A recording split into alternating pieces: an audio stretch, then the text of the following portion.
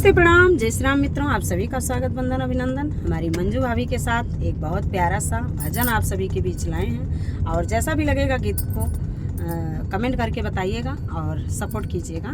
कहना है, हरिया जोरिया के रथा चढ़ी आइले भगवान होया, जोरिया के रथ चढ़ी आइले भगवान होया, जोरिया के रथ चढ़ी। अरे राम के महालिया में जेवना बिराजे हो रामा, राम के महालिया में जेवना बिराजे हो रामा।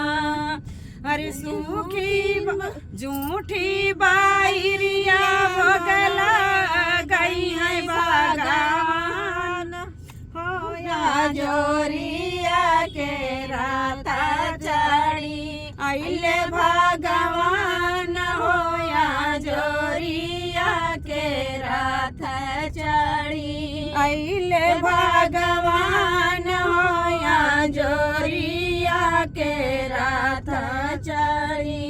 राम के महालिया में गेरुआ बिराजे हो रामा, राम के महालिया में गेरुआ बिराजे हो रामा।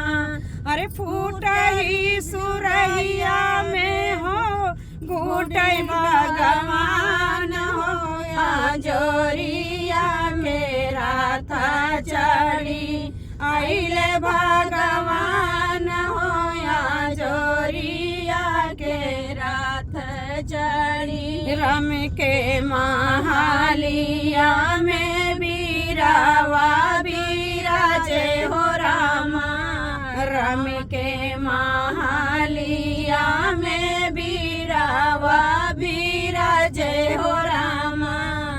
बन के पताइया हो कुछ भगवान होया, जोरिया के राथा चढ़ी आइले भगवान होया, जोरिया के राथा चढ़ी आइले भगवान होया, जोरिया के राथ चढ़ी। राम के महालिया में से जिया बिराजे हो रामा, राम के महालिया में से जिया बिराजे हो रामा।